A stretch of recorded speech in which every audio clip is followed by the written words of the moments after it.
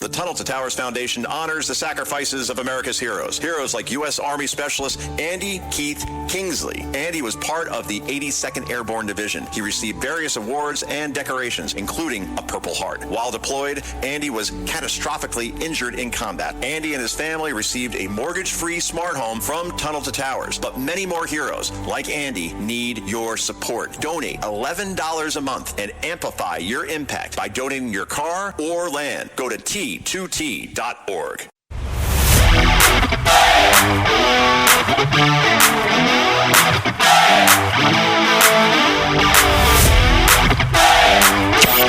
He's at war with woke. Joe Concha thinks liberals are a joke. Joe Concha. This is the Joe Concha Show, weekday edition, sponsored by the Tunnel to Towers Foundation. Here's Joe Concha. Welcome back, everybody. It is a Monday night, and boy, what an active weekend we had on the news front. When Donald Trump leaves office, I don't know.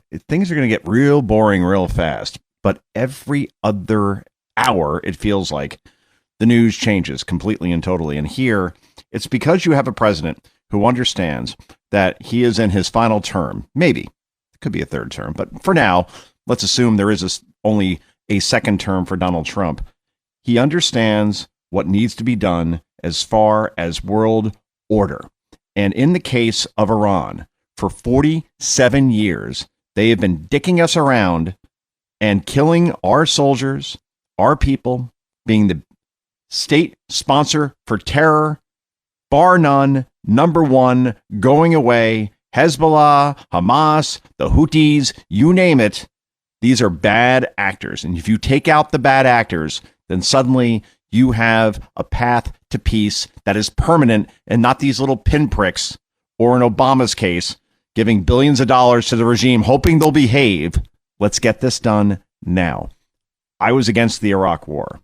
I'll be the first to say it. I'm not saying that in retrospect. I didn't mind the fact going in and taking out Saddam. I did mind the fact having American boots on the ground and actually trying to perform regime change in a place where you have Sunnis and Shiites and all these different factions that are obviously going to disrupt a lot of things, including killing American soldiers, especially Sunnis that were obviously sympathetic to Saddam. And we lost thousands of soldiers in that war well after major operations were over, when George W. Bush declared mission accomplished. So what we don't want here in Iran is actually having American boots on the ground and the same thing happening. Donald Trump is well aware of this. And if we can accomplish this through the air, where we have complete and total dominance, and maybe send a Delta Force or two to do what needs to be done without actual armies marching in as they did in Iraq in 2003, then I think most Americans, sane and sober, would be all for that. But it's a big risk, let's face it, politically. For Trump, if he succeeds, then Democrats again look foolish, like they did after Venezuela, like they did when they supported people like the Maryland Man, all these people that Trump was deporting, criminals, MS-13 gangbangers, wife beaters, child molesters, rapists, murderers, you name it. Trump starts deporting them, Democrats take their side. Bad idea. Venezuela, perfectly executed, which showed Trump, I think, that our military, not that he really doubted it, but this really confirmed that we can do things that people think can't be done. I think he thinks now it can be done with Iran, that Venezuela was a blueprint in terms of, oh, you want to accomplish the impossible, mission impossible? Well, we'll get Nicolas Maduro out of a military compound guarded by Cuban security using Russian weapons and get out without one casualty. That's amazing. So now with the Iran war, we've had several casualties as far as U.S. troops are concerned, soldiers, military members. The number I saw last was 4. That will happen. No war is perfect. If we can minimize American casualties and we can finish this thing in a matter of a couple of weeks to a month, 6 weeks, Iran, that would be unthinkable. And that would change the world order as far as Russia and China losing one of their biggest allies as far as oil supply. outside of Venezuela, where they're also getting oil. And suddenly, the U.S. is already the big dog. We'll be the very, very, very big dog in the world if this can be accomplished. That is the bigger goal here. China, Russia, have them turn on each other. They've lost Iran. They lose Venezuela. Cuba will go next. Then suddenly, wow, they are isolated, and they will have no choice but to play ball with the American government as far as trade, as far as everything for that matter. Donald Trump has supreme confidence in our military and the fact that we are the lone superpower in the world, and he is acting on it. Meanwhile, let's go back to, because Democrats are losing their mind over this, let's go back to Hillary Clinton, who really, really, really thinks that she should have been president in 2016. To this day, let's hear what she had to say about Iran way back when in 2008 when she was running for president, because, boy, she sounds a lot like, Donald Trump. Cut number 6, go. And I want the Iranians to know that if I'm the president, we will attack Iran. Whatever stage of development they might be in their nuclear weapons program in the next 10 years, during which they might foolishly consider launching an attack on Israel, we would be able to totally obliterate them. That's Hillary Clinton. I mean, what more can you say? She said it, let's see, that's almost 20 years ago. And now Trump actually acts on it when it was all talk way back when. Meanwhile, let's go through Donald Trump versus Kamala Harris in terms of their positions on Iran before this war, back during the campaign of 2004. And this is glorious. This is cut number 12, go. What's the message to Iran? Don't. As President Biden said, just don't. Exactly. That'll work. One word. Pretty straightforward. I'm going to bomb the of them. It's true. I don't care. I don't care. Well, It got to be stopped. So let's see. We have don't. Pretty straightforward. Don't. That's like 4th grade. Don't throw that piece of candy at me. Or Trump, I'm going to bomb the S out of them. Yeah, one seemed a little more definitive than the other, don't you think? Anyway, let's go on to Richard Nixon, 1979. So obviously he's out of office, but he still did interviews, obviously. And here he is. I mean, Nixon was a great president. I'm sorry. I understand Watergate, which was a glorified break-in. And then the cover-up was far worse than the crime. I wasn't really alive for that, but I've read enough about it. I mean, by today's standards, it's nothing. It's a misdemeanor at best. But Nixon, if you take out Watergate, I mean, won 2 elections in landslides. I guess Reagan's the only person you really can compare him to. A strong president with definitive principles. And here is Nixon. This is cut number 8, guys. Going off on Jimmy Carter in terms of American hostages taken by Iran in 1979 when there was that whole revolution there. And this is what Nixon had to say about this. I'm going to play the full 55 seconds because I really think it is so telling and so Trump-esque, for lack of a better term, obviously, before Trump was in existence as far as a politician. This is cut number 8, go. I don't say this in criticism of President Carter because he certainly went through a lot on the hostage situation. But as far as the hostage situation was concerned, American foreign policy can never be made hostage to hostages. That's why hostages are taken, for purposes of blackmail. And we mustn't let that happen. And, for example, when President Carter was asked about the hostage situation, he went overboard in saying that our first and then only concern was the safety of the hostages. Now, that is a concern, but our major concern is what happens to Iran, what happens to the relations between the United States and Iran. And in this respect, I would never have said, as President Carter did, that I rule out the use of force in order to get the hostages back. All that did was to encourage those that had captured them and were holding them in captivity not to give them up. Yeah. I mean, that was the mantra way back when: do not negotiate with terrorists. And while the safety of the hostages obviously comes first, you got to think long term here, because if you allow this kind of weakness, they will do it again and again. And that's what Nixon believed at the time. So good job, you. Meanwhile, we have The president talking about Iran, obviously, and had a special message for Rashida Tlaib, Congresswoman of Michigan, and Ilhan Omar, Congresswoman of Minnesota. I believe they're Democrats.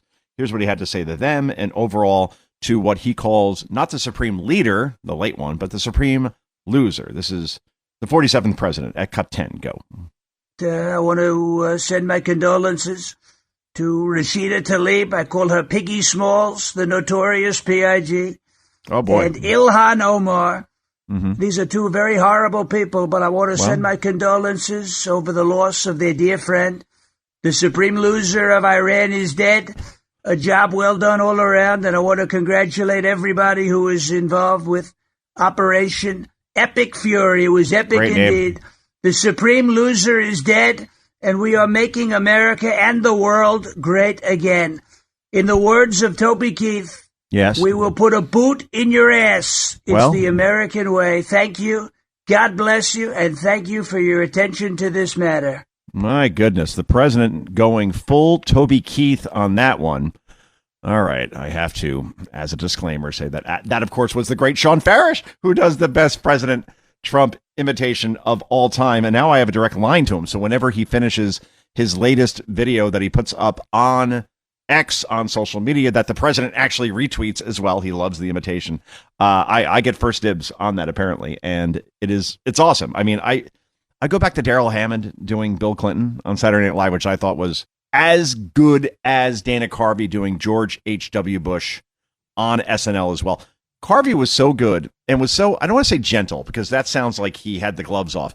There are ways to do comedy without actually being an a-hole, like, you know, Alec Baldwin was with Donald Trump, for example, on SNL, to the point where Carvey was invited to the White House to perform George H.W. Bush before George H.W. Bush in the press briefing room. I mean, that's awesome. And Clinton, I'm sure, appreciated Daryl Hammond doing him as well, which I thought was great. I never heard Clinton actually praise him for that, but it was that good. Will Ferrell as George W. Bush was pretty good, not great.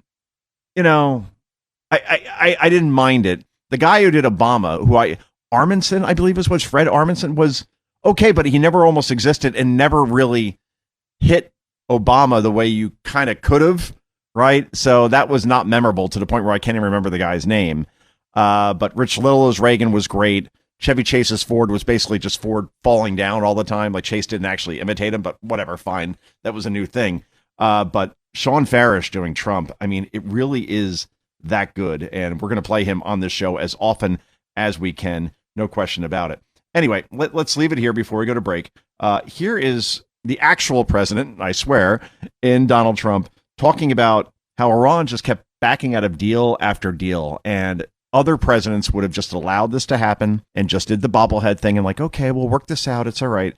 Trump is a man of action, clearly. You screw around with him enough, it's called FAFO.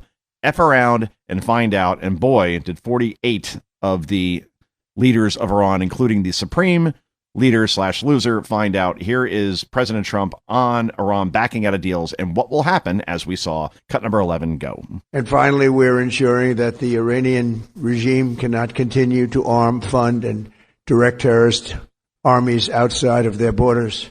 And we thought we had a deal, but then they backed out. And they came back, and we thought we had a deal, and they backed out. I said, you can't deal with these people. You got to do it the right way.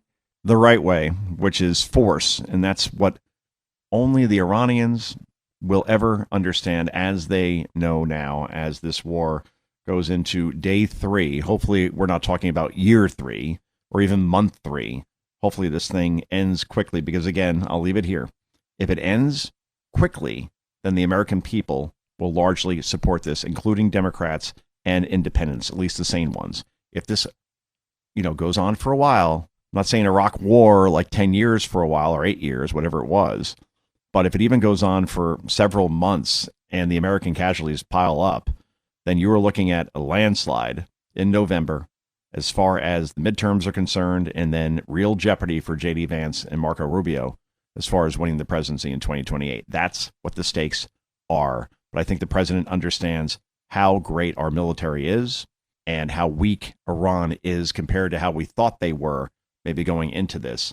Already the president said today, telling Brett Baer of Fox News, that they are ahead of schedule in terms of what they hoped to accomplish. And if you want Republicans to win in November and in 2028, you better hope that's the case, because if it is not, and this goes on for some time and becomes a wider conflict that goes on for many, many months or even years, Republicans are screwed for a very long time, as they were after 2004, George W. Bush in the weeds, in the woods for a very long time. The biggest bet of President Trump's political career, I thought, were tariffs. It's the Iran war, but it's the right thing to do. And in the end, I think he's on the right side of this and will come out victorious politically and in terms of the world being a better place instead of dealing with this as we have for the last 47 years. This is Joe Concha. This is Concha at Night. Back with so much more in just a moment. This is the Joe Concha Show, weekday edition. Joe Concha. Sponsored by the Tunnel to Towers Foundation.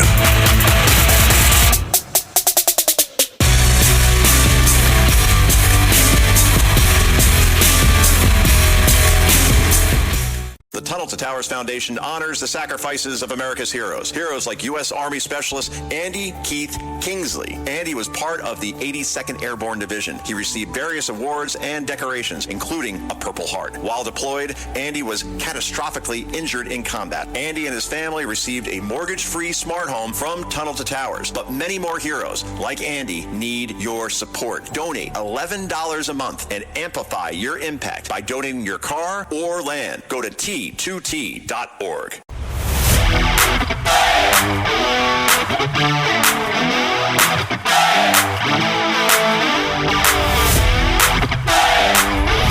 This is the Joe Concha Show, weekday edition, sponsored by the Tunnel to Towers Foundation. Here's Joe. Welcome back, everybody. So, has Trump been consistent on his view on Iran? Well, we found a clip here on Concha at Night that I think pretty much answers that question. Trump did an interview in 1980. Okay, so let's see. That is, if I'm doing my math right, boy, how long is this? 46 years ago is 1980. Boy, you want to feel old. That's pretty crazy. But here's Trump in an interview. It sounds like it's with Barbara Walters. I didn't see who the interviewer was, but it sounds like Barbara. And Trump has been doing politics for some time. Like, you think, you know, he did The Apprentice and he was a reality TV star, real estate mogul. But no, he's been talking politics, apparently, going back many, many decades. So let's play cut 19. Here is what he thought of Trump here's what he thought of Iran in 1980, as far as them taking hostages and holding them for more than 400 days, which is incredible. Cut 19, go.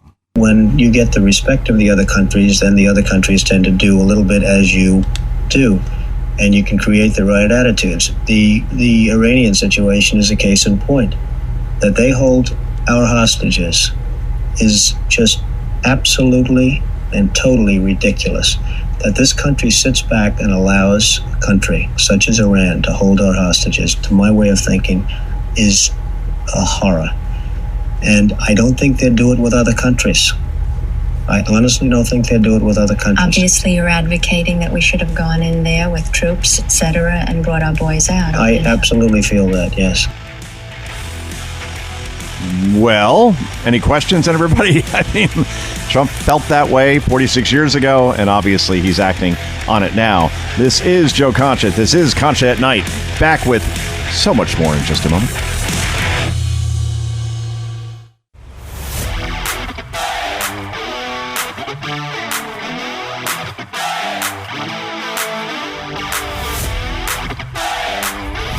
This is the Joe Concha Show, weekday edition, sponsored by the Tunnel to Towers Foundation. Here's Joe Concha. Welcome back, everybody. So, I follow media quite closely, as you know, if you watch Fox News, but while I'm critical most of the time, because, well, let's face it, as I've said many times on Fox and on this program and elsewhere, media has the trust of gas station sushi. Don't know if you've ever had gas station sushi, but probably you didn't, because you don't trust exactly, fish that's sold in a gas station. Just saying. Anyway, sometimes, though, there are pleasant surprises, like we saw in Austin. This is a CBS affiliate reporter who is being told in his ear, it's called an IFB, that don't cover certain things about these celebrations that you are seeing in the streets of Austin right now. Those celebrations, of course, were Iranian-Americans out in the streets celebrating the fact that the Ayatollah Khomeini was dead. And after either they lived under that regime or they have relatives that were living in Iran, this horror, we hear about North Korea or the old Soviet Union, just as bad over in Tehran and Iran and other cities throughout that republic. And now, finally, this evil man is dead, and Iranians in America are celebrating. So this Austin reporter goes completely rogue on his own producer, and it's caught on video, saying, oh, you don't want me to cover this? I'm covering it. I'm sorry. This is cut number 2. Cut number 2. Go.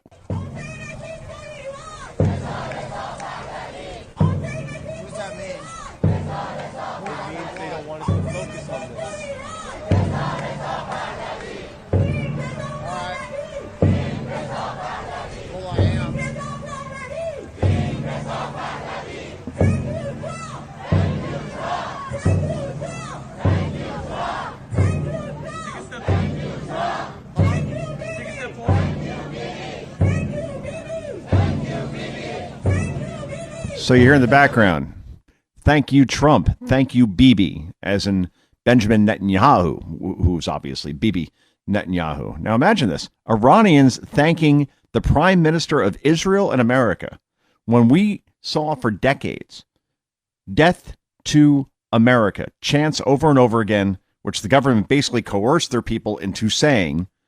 And it was hard to hear the reporter there, I have to admit, where he said, you don't want me to cover this? Well, I'm covering it.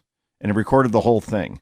Now, why would producers of a local TV station or a CNN, MSNBC, not cover something like that? It's a big deal. There are massive people in the streets in New York, Austin, Chicago, Los Angeles. Name the city, and you saw celebrations like this where, again, it is incredible that Israelis and Iranians, Jews and Persians are actually celebrating together as one regarding Trump's actions, thanking the American president, thanking the Israeli prime minister. This is unprecedented stuff that we can never dream in our lifetimes of actually seeing.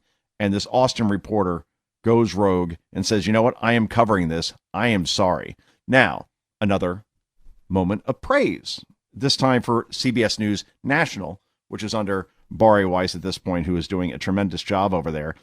Here is their report. Again, CBS News, which might as well have been called MSCBS up until Weiss was named basically the head of their news division. And this is how reporting should be done, because this is the sentiment on the ground. No spin. Cut number 3. Go. The Iranian people, what are you hearing from them tonight? We know they're celebrating. What's the feeling? It's an incredible dissonance that they had to choose war over a regime, but they were willing to do it. Thank you, Donald Trump. Thank you, Benjamin Netanyahu. Thank you, America. It's not death to America after they killed the leader. The Americans and the Israelis did it. It's not death to Israel and death to America. It's thank you. It's a new day dawning, but very early days. Very, very early days. So we'll have to see what comes. But it's the Iranian people that have been telling me over and over and over again, we want this. We're not regimists. We're not Islamic. I don't even say, oh, my God, to my Iranian friends, because they don't want God to be any part of this. Oh, that's a great report. That's verbatim from the ground. The sentiment that is being told to this reporter, relaying it back on to their national broadcast and then out to the country and the world. Perfect. That's how it should be done. Because it's pro-Trump, not because it's pro-Bibi, not because it's pro-whatever. That's just good reporting right there. What is happening, explaining what is happening, and then not spinning it in any way, shape, or form. That's the way journalism used to be done at CBS News under Mike Wallace, Morley Safer, you name it. Cronkite, fine. I wasn't alive for Cronkite. Heard he was pretty good. But you get the point. Meanwhile, John Fetterman, you can't find him on MSNBC, MS Now, whatever it's called these days. He used to be on there a lot. When he was running for the Senate back in 2022, he was on there every day. Now they won't put him on anymore. What do you think that is? Oh, right. He's not saying the things that they want to hear. So Fetterman now is basically reduced on Fox News. Not reduced. That's a pretty big platform, number one. I work for him. I know.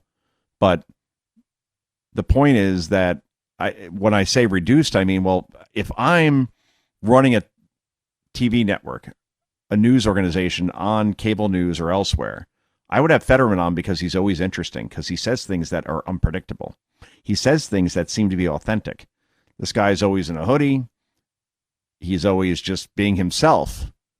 So, yeah, that's the kind of guy I want on, not some Adam Schiff type who's always just going to spin things and toe the party line, and Eric Swalwell, right? Jamie Raskin. I'd want a Fetterman on my network all the time. And if half my audience didn't like him, well, all I know is that they'll probably tune in when he's on again and again. It's the old Howard Stern rule. You saw the movie Private Parts, I hope. If you haven't, it's a great movie. I'm not really a fan of Howard now. In fact, I'm not at all. I haven't listened to him in years. But I used to listen to him religiously on a daily basis because he was a different person back in the 90s or even early 2000s when I listened to him before he became a diva, before he became the very person that he used to rail against, an elitist, a snob, insufferable, especially during COVID. This guy hid for years. But the point is that there was this one scene in Private Parts where this is about Howard's rise in radio. And at one point, the great Paul Giamatti is his program director. That's the guy who's basically his boss in radio. And Howard is having great ratings at WNBC in New York, and Giamatti can't understand it. So he goes to their marketing director, and the marketing director has some research. And the marketing director says, so we have some data on Stern. And Giamatti says, okay, what's going on? And the marketing director says, well, the people that like Stern listen for an average of an hour and a half on a daily basis, which is unheard of in radio. 90 minutes. And then Giamatti says, why is that? And the marketing director says, well, they want to hear what he's going to say next. And then Giamatti's like shaking his head. He can't get his head around this because he thinks Stern's horrible. And he says, what about the people who hate Stern? The marketing director says, well, that's very interesting because those who don't like Stern listen for an average of 3 hours per day. Biggest reason given, I want to hear what he's going to say next. That's the whole key to everything in broadcasting. When there's a subject and you don't know where this person's going to come down on X, Y, Z, just be yourself. That's it. That's Fetterman. And places like MS Now, New York Times, suddenly they don't want to interview this guy anymore. Why is that? Because now he's saying things that aren't in line with the Democratic Party narrative or the liberal media narrative. Anyway, example of this, cut number 4, is John Fetterman eviscerating Democrats on the definition of the War Powers Act. And this is great stuff. Cut number 4, go. Have people ever read the War Powers Act? You know, what's required of the president is to provide 48 hours of notification, and then he or she have 60 days, up to 90 days, to withdraw those troops, you know, before Congress approves that. Neither of those have been activated. He did provide that to the Gang of Eight, and there are no American troops on the ground now. This was an incredibly precise and successful strikes, and they eliminated most of the leadership. So here we are. So yes, I do support that. You know, why can't the entire world celebrate that he's dead for what he's done to the world? Precisely. Yes. Why can't the world, especially Democrats, support this? But they are reflexive in everything when it comes to Trump. We saw it with Venezuela. We saw it with men playing against women in sports. They hated the fact that he wanted to pass this big, beautiful bill that if you're getting your tax returns back, you're quite happy about. They wanted to raise taxes by 30%. I could go on. They were against the Trump wall back during his first term. It doesn't matter. What Trump wants, they will oppose. even if they're on the wrong side of an 80-20, 85-15 kind of issue. The SAVE Act, for example. Do you need an ID to vote? Yes, say 85-90% of American people. But Democrats say, no, we're going to take the other side. We're just going to go down that route because we need to oppose Trump. It's an absolute joke. Just like Adam Schiff, again, is on cable news more than anybody. He's the opposite of Fetterman. The most disingenuous, phony as a $3 bill person you will ever see. And he's a senator from California. Of course he is. And here he is in cut number 14. Cut number 14. You're going to love this answer to the Ayatollah's death and what he thinks of it. This is Schiff in cut 14. Go.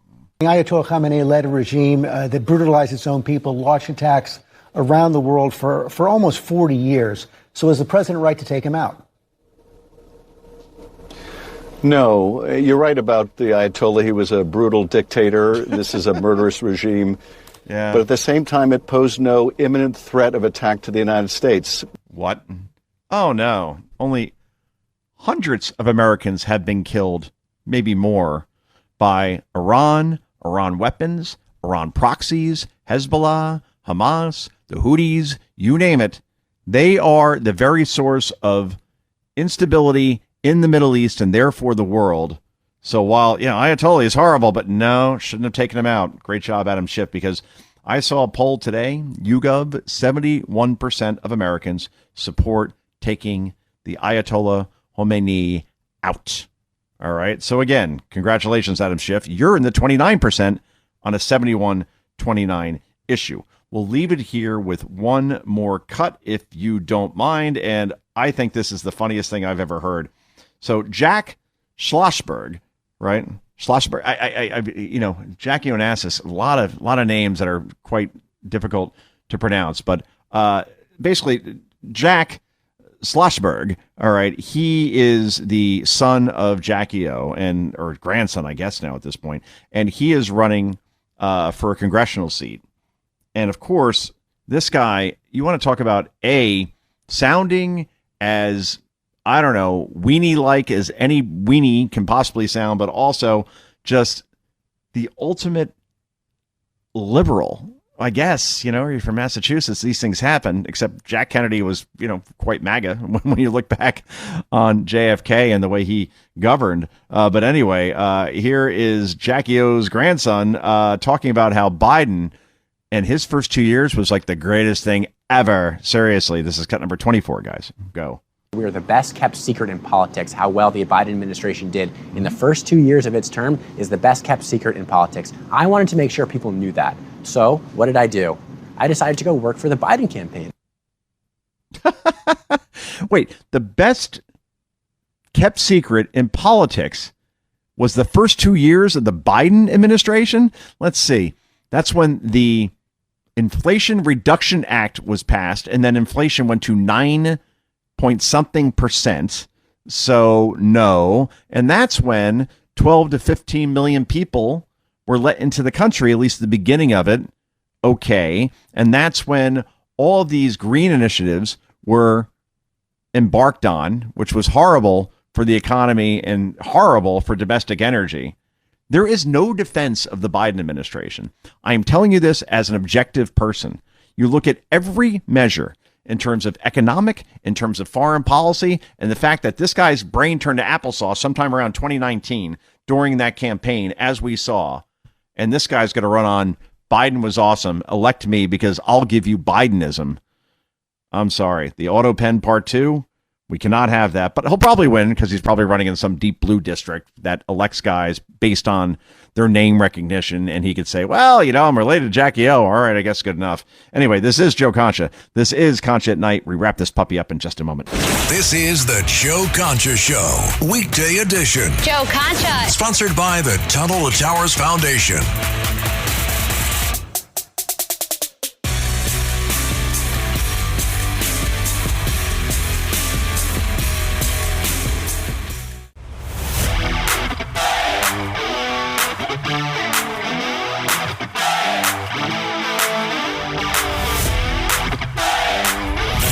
This is the Joe Concha Show, weekday edition, sponsored by the Tunnel to Towers Foundation. Here's Joe Concha. All right, so I have some breaking news. Unfortunately, I hope you're sitting down for this because it really is very, very sad. But apparently, the United Nations is now warning they may go bankrupt because not everybody's paying their dues. What will we do without the United Nations? They've prevented so many horrible things from happening. Actually, it's opposite day. Hi. March 2nd, I've declared Monday is opposite day. If the United Nations went away, would anybody really care? Talk about a useless, not only building on the east side of Manhattan, around 39th Street? Causes a lot of traffic when everybody comes in. That I do know. But they really are the most toothless organization. I went to the dentist today, so, trust me. I'm so glad it was just a consult, by the way. I thought I was going to have to undergo something. But yeah, they're just like, all right, here's what we're going to do. I'm like, okay, right. They said, we'll do it today if you want. I'm like, no, that's good. Let's push this out as long as possible. That's fine. I'm not good. I don't know. No one's good. And my dentist is awesome, by the way, I should say. They really minimize the pain. They play great music. They talk to you throughout. Awesome dentist. I can't promote him on the air, but Tony, if you're listening, great job. Outstanding. But for now, I'd rather avoid any sort of work. Anyway, the point is, we go back to toothless, and that is the UN. They may go bankrupt. I swear to God, this is cut number 23, Carlos. Cut number 23. Go. The Secretary General has, as you know, repeatedly made clear the problem both of non-payment of Jews by member states and the related problem of the UN being forced to repay member states for budget expenses that it does not budget money that it does not spend. Who brought this guy to talk? So those two factors have put us on an unsustainable trajectory. Although more than 150 member states paid their dues last year, we ended 2025 with a record $1.56 billion in outstanding dues, which is more than double that of the previous year. So they may go bankrupt, the UN. What shall we do? That's so typical, right? No one pays their fair share, just like NATO tried to get away with forever until Donald Trump had them pony up. Anyway, speaking of money, let's go back to Barack Obama in 2016. Braggadocious is the only word that comes to mind as far as him talking about how, if we just give all this money to Iran, then they're going to be a better country and they're going to be better for their citizens if they have the means to do so. Are you effing kidding me?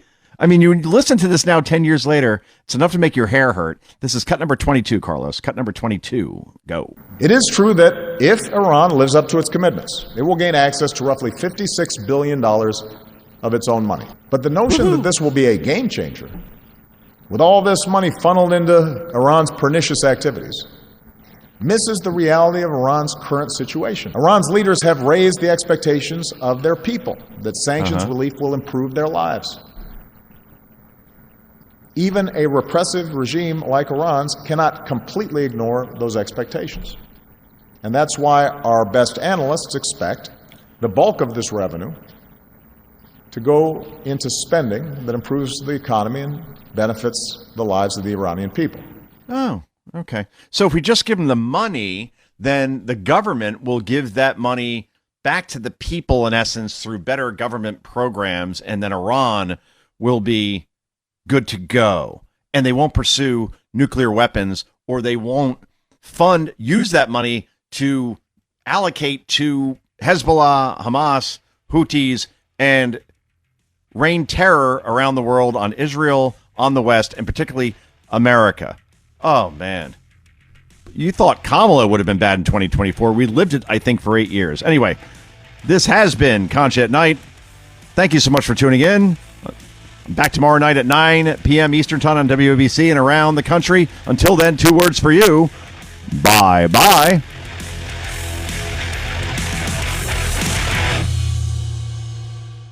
The Tunnel to to Towers Foundation honors the sacrifices of America's heroes. Heroes like U.S. Army Specialist Andy Keith Kingsley. Andy was part of the 82nd Airborne Division. He received various awards and decorations, including a Purple Heart. While deployed, Andy was catastrophically injured in combat. Andy and his family received a mortgage-free smart home from Tunnel to Towers. But many more heroes like Andy need your support. Donate $11 a month and amplify your impact by donating your car or land. Go to T2T.org.